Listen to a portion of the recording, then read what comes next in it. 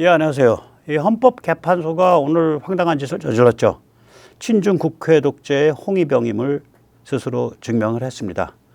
오늘은 제가 굉장히 냉정한 얘기 혹은 굉장히 모진 얘기가 될지 몰라도 윤 대통령께서 감옥행을 각오하고 광폭행보를 하시면서 우리 자유공화 시민을 이끌어달라.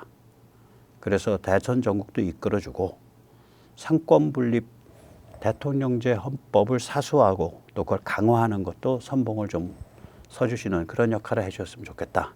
그 같은 취지로 말씀을 올리겠습니다. 헌법개판소의 실체가 드러났죠. 친중 국회 독재 홍위병입니다. 왜 그런지 밝히겠습니다. 첫째, 헌재는 감히 계엄의 용도를 제한했습니다. 계엄은 초비상 호소용으로 사용될 수 없다라고 자기들이 정했습니다. 그때 초비상은 초단기 비무장, 상징성, 호소용 이런 얘기입니다. 헌재 입장은 그런 계엄 없다. 계엄은 진짜 계엄이다. 그것만 있는 거다. 그래 계엄했으니까 그건 계엄으로 복귀.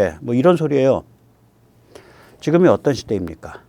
디지털 시대를 넘어 양자 퀀텀 시대입니다. 0이냐 1이냐, 예스나 노냐, 계엄이냐 계엄이 아니냐. 그때 앞에 계엄은 이제 그 고전적 계엄, 전통적 계엄, 그것만 있는 시대가 아니죠. 0도 아니고 1도 아닌 것도 있는 시대입니다. 그러니까 평상 상태, 고전적 계엄, 그 중간 상태도 있다 이거예요. 왜 그러냐? 이 국가 비상 상황이 고전적인 전시 사변만 있는 게 아니에요. 중국의 하이브리드 전쟁에 의해 친중 세력이 사회 곳곳을 다 침투해 있고 국회를 침투해 있고 언론도 친중 세력에 적대적이지 않고 그걸 오히려 옹호하고 이런 일이 자행이 돼서 대통령의 권한, 행정부의 권한이 계속 축소돼 가고 질식돼 가는 상황에서 계엄을 해서 호소용, 초비상 계엄을 통해서 호소할 수 있다고요. 그런 계엄이 존재할 수 있다고. 사회 전체가 선전, 선동, 세뇌, 침투 이런 소프트 전술이 적용되고 있기 때문에 거기에 대한 대응도 소프트 계엄으로 나갈 수 있는 거라고요. 이런 상태에서 국가 비상사태는 고전적인 전시 사변과 같은 고전적 형태만 있는 게 아니거든요. 근데 헌재는 국가 비상사태는 고전적 형태만 있다라고 지들이 예단을 한 거야. 그래서 계엄은 그런 고전적 비상사태에만 내릴 수 있다. 그러지 않았는데 계엄을 내렸다. 그 계엄이 아무리 호소용이고 뭐고 간에 나발이고 우린 접수 못하겠다. 그 소리 아니에요. 두 번째, 계엄에 대한 판단, 또 계엄에 대한 권제 권한을 헌재가 대통령과 국회로부터 가로채서 찬탈했습니다. 헌재는 감히 계엄에 대한 판단, 견제 권한을 대통령과 국회로부터 가로채서 자임, 찬탈했습니다. 계엄 선포에 대해서 비상사태인지 아닌지라 그걸 판단하는 건 대통령의 고유 권한입니다. 그래서 비상사태라고 판단을 해서 계엄을 내리는 건 대통령의 통치행위입니다. 그 판단이 좋다, 나쁘다, 혹은 옳다, 그르다. 그래서 그걸 견제할 수 있는 거는 국회가 견제하는 겁니다. 그래서 이번에 보면 대통령이 선포하고 몇 시간 만에 국회가 해제 의결해서 계엄이 해제돼 버렸어요. 그걸로 충분했던 거예요. 그러니까 그 과정을 보면 대통령이 자기의 통치 권한을 행사를 했고 국회가 그것에 대해서 견제를 한 거예요. 그런데 헌재가 왜 끼어들어서 여기에다가 그 계엄은 말이죠. 네, 대통령이 그렇게 비상사태라고 판단할 수 있는 근거가 없습니다. 그럼 국회가 판단할 일이지 헌재가 왜 판단하냐고.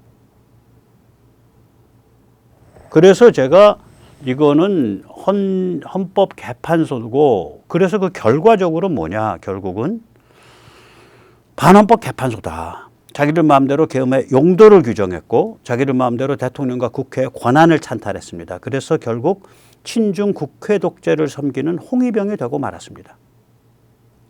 결과적으로.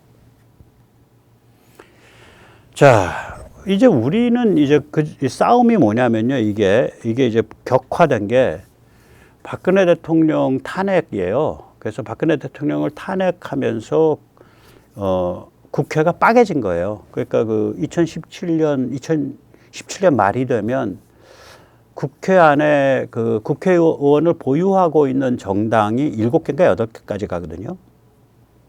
그때부터 이제 이 친중 위성국가로 가는 독재국회냐 아니면 한미동맹 서방국가로 가는 상권분립이냐 이 싸움이 된 거예요. 그때부터 박근혜 대통령 탄핵에 숨겨진 그때부터.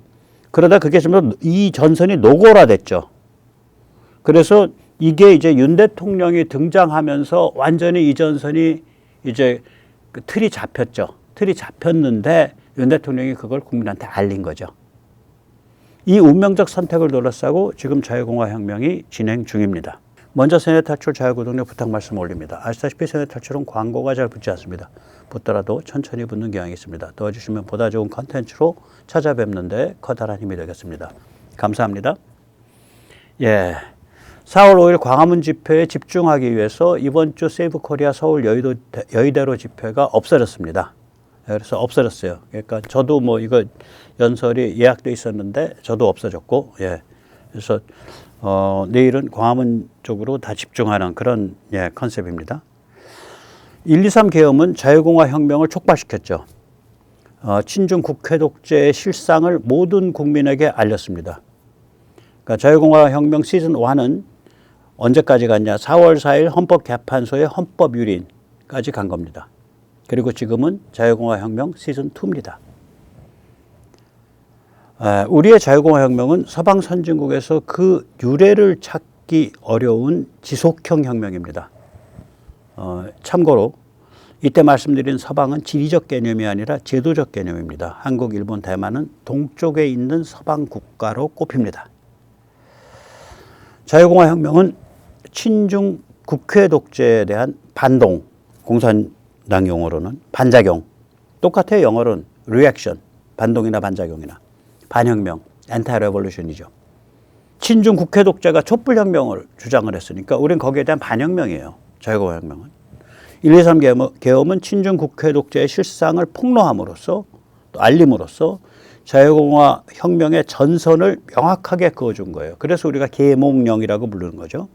한미동맹을 기반으로 서방 선진국으로 계속 발전할 거냐, 계속 번영할 거냐, 아니면 중국을 섬기는 중국 위성국가로 전락할 것인가. 우리가 이 같은 기로에 놓여 있다라는 엄혹한 진실을 123 계엄이 알려준 거죠.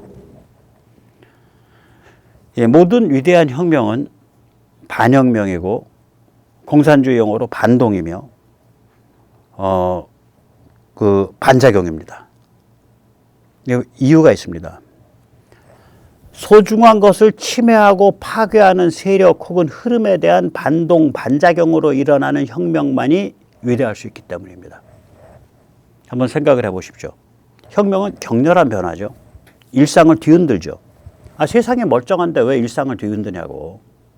세상을 무엇인가가 제대로 된 세상의 흐름을 파괴하고 들어오고 생명이 뻗어나갈 수 있는 길을 제거하고 들어오기 때문에 반발을 하는 거죠. 격렬하게 변화시켜 뒤집는 것은 순리가 아니에요, 원래. 생명의 이치와 번영의 흐름을 파괴하는 흐름, 생명의 이치와 번영의 흐름을 억누르는 것에 대한 반동, 반작용, 반혁명일 때만 격렬한 변화가, 즉 혁명이 정당한 것이 될 수 있습니다. 그래서 국민저항권이라고 불리는 거예요. 그럼 우리는 무엇에 대해서 반동, 반작용, 반혁명하는 것일까요? 대한민국을 친중 위성국가로 전락시키고야 말 독재 국회에 대해 반동, 반작용, 반혁명하는 겁니다. 또한 우리는 무엇을 위해 반동, 반작용, 반혁명하는 것일까요? 대한민국을 한미동맹에 기반해서 서방 선진국으로 계속 번영, 발전시키기 위해 반동, 반작용, 반혁명하는 겁니다. 우리는 저들의 혁명에 대해 반동, 반작용, 반혁명하고 있습니다. 저들은 일찌감치 스스로를 촛불혁명 세력이라고 규정을 했습니다. 숙청 대상을 적폐라고 규정했습니다. 저들이 혁명 세력이에요. 친중 혁명 세력이에요. 그래서 우리가 거기에 대해서 저항을 하고 거기에 대해서 반동을 하고 거기에 대해서 반작용을 하는 거예요. 그 전선을 명확하게 해준 게 123 계엄이었던 거예요. 이제 우리는 자유공화혁명 시즌2에서 윤 대통령의 역할을 갈망합니다. 지금은 윤 대통령도 마음도 많이 상하셨고 또 많이 지쳐 있겠죠. 100여일 동안. 저들은 벌써 JTBC 이런 거 보면 윤 대통령은 뭐 내란 수사 이제 급물살 다 어쩌고 저쩌고 내란이 성립해야 내란 수사지. 뭐 김건희 여사 어쩌고 저쩌고 떠드는 사람들도 있는데 대통령일 때 그 영부인에 대한 스캔들이지 김 여사가 뇌물을 받았든지 뭐 그런 일을 안 했으면 그거는 법률적으로는 걸릴 게 없어요. 뭐 공천에 개입했다라는 루머가 있는데 그 개입이라는 게 이 사람 어때요라고 전화한 게 그 개입이냐. 그 전화 받고 그 사람 써야지라고 판단한 놈이 바보지. 거기다가 이런 선거법은 공소시효가 6개월입니다. 그러니까 김 여사도 별일 없을 것 같아 내 생각엔. 단지 이제 굉장히 상대방이 여러 가지로 말하자면 족쇄를 채우려고 할 거예요. 이런 어떠한 개인적 가정적 순환과 핍박에도 굴하지 않는 광폭 행보를 하시기를 우리 자유공화 시민은 갈망합니다. 우리는 윤 대통령이 자유공화 시민과 지능적, 전략적으로 결합해서 때로는 수면 위에서 때로는 수면 아래에서 대선 전국을 리드해 주기를 갈망합니다. 수면 아래에서 때로는 수면 위에서 국힘에서 최선의 후보가 선출되도록 또한 그 후보가 당선되도록 이끌어 주기를 갈망합니다. 박근혜 대통령 때 얼마나 흉악했는지 기억하시죠? 홍준표가 자유한국당 대표일 때입니다. 일단 당명부터 바꿔버렸잖아요. 새누리에서 자유한국당으로. 그래가지고 그 젊은 애들, 철없는 애들 내세워가지고 박 대통령 그 호적 파내겠다고 그 당에서 출당시킨다고. 지금 감옥에 들어가 있는 여성 대통령을 누명을 쓰고 인격살인을 당해서 그때 앞장서서 날뛴 정치투기적 성향의 젊은 애들 이름을 제가 젊다 그럴까 뭐 점차 하나는 여명이라는 왔다 갔다 하는 젊은 그 여성 정치인 후보쯤 되는 친구가 있었어요. 또 하나는 최 누군데 그 다음부터 그 조봉암 기념사업회 사람들 내가 아직 얼굴도 안 봐. 조봉암 기념사업회 사무총장 하던 사람이에요. 최 누군데? 이런 사람들이 라디오에서 나와가지고 누명을 쓰고 인격살인을 해가지고 지금 감옥에 들어가는 여성 대통령을 자유한국당에서 제명해야 된다 그러고 그걸 뒤에서 부추긴 게 홍준표였어요. 그래서 홍준표에 대한 게 아주 안 좋아, 느낌이. 아주 안 좋아요. 아주 경망스러운 데가 있어요. 색깔이 위험한 건 오세훈이나 권성동, 권영세가 위험하고요. 오염돼 있다, 뭐 색깔이 위험하다. 홍준표는 경망해요, 보면. 좀 문제가 있습니다. 어쨌거나 그래서 다시 보면 지금 윤 대통령을 국힘에서 호적을 파내야겠다고 덤비는 놈들 하나도 없어. 왜냐? 우리가 계몽령에 의해서 윤 대통령을 상징과 리더로 삼아서 2030이 깨나고 자유공화 시민이 깨나서 결집을 했기 때문에 그래요. 그래서 윤 대통령도 이런 사정을 곰곰이 생각을 해보시고 굉장히 개인적으로는 위험해요. 감옥 갈 수도 있어. 상대방은 윤 대통령이라는 거대한 정치 거인, 거대한 자이언트가 정치적 자이언트가, 폴리티컬 자이언트가 판을 휘젓고 다니거나 역할을 하는 것에 대해서 기겁을 할 거예요. 여야 막론하고. 따라서 윤 대통령을 족쇄를 채우려고 무지하게 노력을 할 겁니다. 또 일을 할 겁니다. 이거를 각오를 하고 때로는 수면 아래에서 때로는 수면 위에서 광폭행보를 해 주십사. 라고 제가 간곡하게 우리 자유공화 시민을 대표해서 이제 부탁드리는 거예요. 뭐 대표 누가 대표시켜줬냐? 자임했습니다. 죄송합니다. 우리 윤 대통령이 수면 아래에서 때로는 수면 위에서 상권분립 대통령제를 일단 사수하고 막 고치자고 지금 날뛰니까 또 이거를 앞으로 중장기적으로는 이거를 강화하는 제7공화국 헌법을 만드는 멀고 험난한 길을 이끌어 주실 것을 갈망합니다. 우리는 제7공화국 헌법은 상권분립 대통령제를 강화한 것이 되어야 한다고 믿습니다. 이 헌법은 앞으로 우리가 강화해 가야 될 헌법은 일단 국회 독재를 막을 수 있어야 돼요. 미국을 보면 일단 양원제고 임기가 짧아요. 하원 2년. 상원에서 필리버스터가 있어요. 불체포 특권을 인정하지 않아요. 그럼 뭐 좀 아시는 분은 그럼 뭔 소리야? 미국 헌법에 불체포 특권, parliamentary privilege라고 있어. 예, 있습니다. 미국 헌법 1조 6절 1항입니다. parliamentary privilege라고 있습니다. 보면은 회기 때는 의원이 체포되지 않는다. 그런데 이런 경우에는 체포될 수 있다. 우리 헌법에는 이런 경우에는 체포될 수 있다도 없어요. 그냥 체포되지 않는다밖에 없어. 언제? treason, 내란 혹은 간첩질. 그러니까 국가에 대한 반역이죠. 정확히 표현하면 반역. 그 다음에 중범죄, felon이라 그러면 예를 들면 술 먹고 사람 패면 felon이에요. 강간하면 felon이에요. 자동차로 사람 치고 덜 안 하면 felon이에요. 뺑소니. 그런 건 다 felon이에요.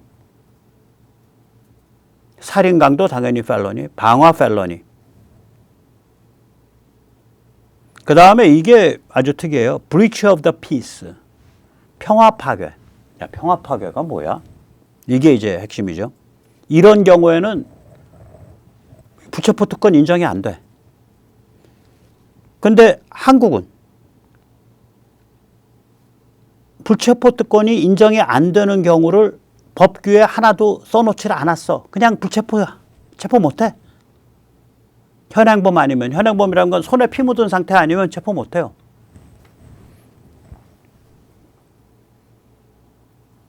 그래서 이것만 보면 마치 그 미국이 불체포 특권을 그래도 인정하나 봐. 뭐 중범죄라든지 뭐 그 국가 반역이라든지 뭐 뭔지 몰라도 평화 파괴 아니면은 불체포 특권 인정되나 봐. 아닙니다. 이거 실상은 달라요. 실상은 뭐냐? 민사, 시빌 케이스. 예를 들어서 법원이 채무 변제 명령을 해서 그래서 돈이 없어? 그러면은 뭐 30일 노역하세요. 이렇게 명령해서. 근데 지가 그 교도소에 들어가서 노역을 안 해. 그러면 잡아다가 노역을 시켜. 그 다음 법원이 뭐 꼭 필요한 증인을 이렇게 의무적으로 출석하도록 했는데 안 나와. 그럼 구인에다가 출석시켜. 이런 게 이제 민사 시빌 케이스에서 일어날 수 있는, 민사에서도 체포가 일어날 수 있어요. 민사 체포 말고 모든 형사는 다 불체포 특권이 성립을 안 합니다. 미국에. 야, 백모, 네가 뭔데 그렇게 장담해? 제가 장담 못하죠. 당연히. 예, 우리는 헌법재판소 연구관들이 그쪽에서 말하자면은 헌법주해를 쓰잖아요. 근데 미국은 그걸 의회에 이 공식 사이트가 있습니다. Constitution Annotated. 그러니까 미국 헌법주해 Analysis and Interpretation. 분석 및 해석. 그러한 사이트가 있어요. 미국 의회 공식 사이트예요. 거기에 보면 Breach of the Peace. 아까 말했잖아요. 평화 파괴. 평화 위반. 이라는 건 뭐냐? 결국 이거는 모든 형사는 다 걸린다는 뜻이다. 그래서 여기 보면 confining the parliamentary privilege exclusively to arrests in civil cases. 민사랑 관련된 체포만 불체포인 거지 형사는 다 체포 가능하다. 그런 결과가 된다. 이 breach of the peace. 그리고 여기에 지금 길어서 제가 말씀을 안 드렸지만 이게 영국에서 온 거거든요. 영국에서 딱 이걸 써요. treason, 그러니까 반역, felony, 중범죄, 강력범죄, 중범죄. 근데 강력범죄가 우리보다 훨씬 커요. 성희롱 이런 거 다 강력범죄 들어가요. 그 다음에 세 번째가 breach of the peace, 평화 파괴. 여기 그 사이트에 보면 이 세 개가 영국에서 온 건데 그 말이 박혔을 때의 영어의 의미가 그때 breach of the peace면 모든 형사범죄는 다 해당하는 거다. 그래서 판례가 있어요. 판례도 있고 그렇게 미국 헌법 주회에 의회가 운영하는 주회서예요. 해석서. 그렇게 나와 있습니다. 반면 우리 헌법의 불체포 특권은 영국, 미국은 물론 전 세계 어느 서방 선진국에도 없는 황제 특권이에요. 현행범을 제외한 외에는 회기 중 국회의 동의 없이 체포 또는 구금되지 아니하며 손에 피 묻은 놈 아니면 못 잡아넣는다 이거요. 지금 살인 저질러서 손에 피 묻은 상태 아니면 못 잡아넣는다. 뺑소니에서 바로 앞에서 잡지 않으면 못 잡아넣는다. 방화했는데 바로 그 현장에서 잡지 못하면 못 잡아넣는다. 그거예요. 이게 지금 강간을 했는데 현장에서 잡지 않으면 못 잡아넣는다는 거예요. 그리고 회기 전에 체포 또는 구금되었던 경우라도 국회 요구가 있으면 회기 중 석방된다. 회기 중 석방도 있어. 그러면 이게 언제부터 들어갔어? 재헌헌법부터 들어갔습니다. 저는 재헌헌법을 기형적 재헌헌법이라고 부르거든요. 기형적이에요. 뭐냐면 대통령제 같은데 대통령을 국회가 뽑아. 그런 헌법 없거든. 대통령제도 아니고 의원내각제도 아니야. 기형적 재헌헌법이라고 불러요. 재헌헌법 때 이 기형적 조항이 들어가요. 그런데 그 다음부터 이어져. 그러니까 국회의원들이 여기 맛을 들려 있어갖고 누구도 이걸 못 없애는 거예요. 심지어는 운암 이승만 대통령이 상권분립 대통령제를 도입한 1952년 헌법에도 이걸 못 없앴어요. 49조 고스란히 갑니다. 49라는 그 넘버까지 같아요. 박정희 대통령이 그 5.16 쿠데타 후에 민정이항에서 만든 62년 헌법, 62년 12월인가 11월 헌법, 거기도 41조로 고스란히 가요. 글자도 안 변해. 당연히 이제 87년 헌법, 그건 YSDJ가 주도를 했으니까 여기에는 44조로 고스란히 살아있어요. 장단들입니다. 근데 우리나라 헌법학자를 그래서 안 믿어. 안 믿어요. 이런 얘기 좀 하셨어야 돼. 전 세계 비교헌법학을 해보면 저는 이거 하면서 많이 나름대로 찾은 거예요.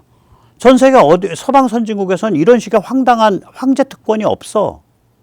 여기서부터 국회 독재 씨앗이 있는 거예요. 저거 내란 진행하고 있는데 못 잡아넣어요. 저 간첩인데 못 잡아넣어. 현행범이 아니니까.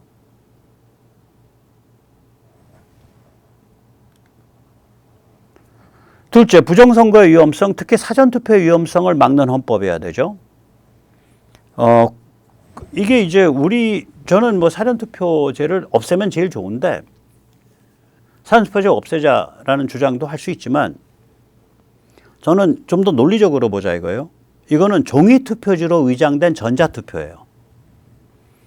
중앙서버와의 실시간 통신에 기반한 아전아불 투표거든요. 아무나 전국 아무 데서나 불쑥. 이게 전자투표의 본질이에요. 그러면 우리의 사전투표와 전자투표 사이의 차이는 뭐냐? 종이냐 타치스크린이냐 밖에 없어. 차이는.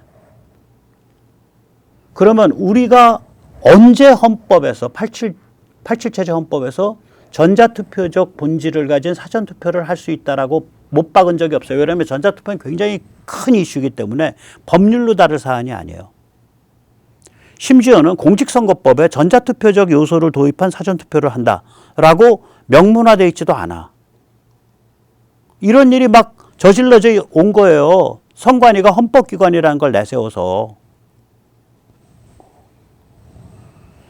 대한민국은 국회 중심이 되면, 국회 중심은 이원집정부제든 내각제든, 이원집정부제는 국회가 주도를 하고 대통령은 문임만 대통령으로 세우는 거예요. 중국에 잡혀먹히죠. 국회의원 선거구를 파고드는 하이브리드 전쟁을 배겨내지를 못하죠. 당연히. 250개 선거구. 또한 대한민국은 문재인, 조국, 오세훈, 권성동이 주장하고 있는 지방분권이 되면 중앙정부가 약화 해체돼서 중국에 잡혀먹힙니다. 지방분권, 이게 이제 문재인, 조국이 만든 용어고 권성동, 오세훈이가 나불거리는 용어인데 이건 서방 선진국 헌법학에는 족보가 없는 용어예요. 중국 간첩스러운 용어입니다.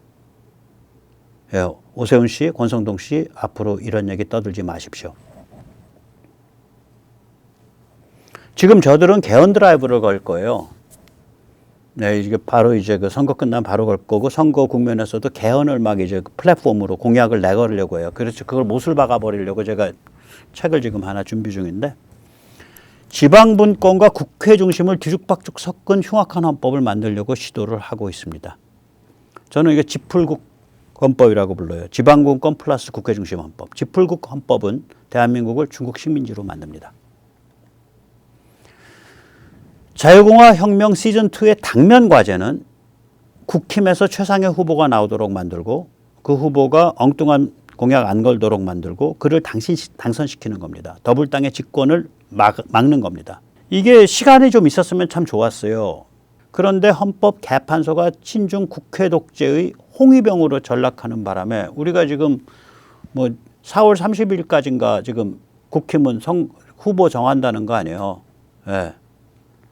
우리 전열을 준비할 틈도 없이 이 버거운 싸움에 지금 나서게 된 거죠. 자유공화 혁명 시즌2의 중장기적 전략적 과제는 친중 국회 독재 세력의 헌법 농단을 막아내고 제대로 된 제7공화국 헌법, 지금보다 훨씬 강화된 상권분립 대통령제 헌법을 관철시키는 겁니다. 그래서 윤 대통령께 간청합니다. 자유공화혁명 시즌2에 걸린 이 두 개의 운명적 과제에 대해 가장 전략적으로, 가장 지능적으로 때로는 수면 아래에서, 때로는 수면 위에서 우리를 제발 이끌어 주십시오. 운함의 건국 이래 눈부신 발전을 해온 대한민국이 번영하는 자유공화국으로 완성될 수 있도록 리더십을 발휘해 주십시오. 네, 오늘 여기까지 모시고요. 월요일 날은 이 일련의 과정, 우리가 뭐를 잘못 판단했고 어떤 우리가 착각 속에 빠져 있었다. 그거 좀 통렬하게 좀 반성을 하고요. 그리고 일련의 과정을 저는 이제 절반의 승리, 절반의 패배라고 보거든요. 무엇을 승리했고 복귀를 패배했다. 이렇게 보는데 복귀는 못한 거죠. 그러니까 복귀해서 실패한 건데 절반의 성취, 절반의 실패예요. 실패가 뭔지는 다 아실 거고 성취가 뭔지는 우리가 좀 한번 차분하게 정리를 해봐야 됩니다. 그래서 월요일 날은 우리가 어떤 착각에 빠져 있었나, 그리고 절반의 승리, 절반의 패배, 그런 주제를 가지고 말씀을 여쭈도록 하겠습니다. 기운 내시고요. 지구는 돌아갑니다. 인류는 계속되고요. 한국인, 대한민국은 계속합니다. 어차피 지금 서방 현대문명, 우리가 그 선진국으로 같이 합류하고 있는 서방 현대문명과 중국 사이에 지금 대판 싸움 날 수밖에 없고요. 어차피 이거는 우리의 그러니까 원래의 아이덴티티, 한국인의 6.25에서 생긴 아이덴티티, 반공, 반중, 반전체주의 아이덴티티, 그리고 북한 자유화, 그런 방향으로 장기적으로 갈 수밖에 없습니다. 오늘 여기까지 모시겠습니다. 감사합니다.